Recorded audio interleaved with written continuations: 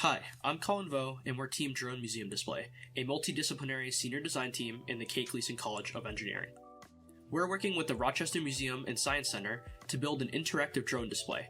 The key goals of this project are to create a drone display that museum goers can interact with.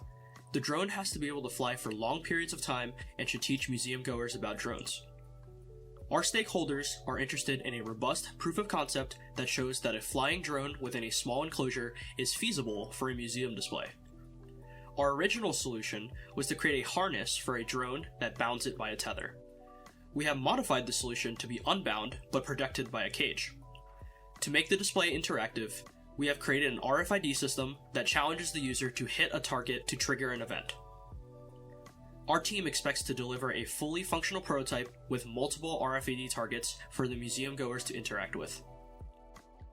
The stickiest part of our project was getting the drone to fly on a powered tether. During our original testing, one of our drones had a hardware malfunction and one of its board's capacitors blew up, even though we calculated it should not have. We decided to take a risk and rerun the test on our only spare drone, which we were able to fly on a tether. We'd like to thank our client, Calvin Uzelmeyer, and sponsor, Rochester Museum and Science Center. We'd also like to thank our guide, Gerald Garavuso, for providing his guidance throughout the project.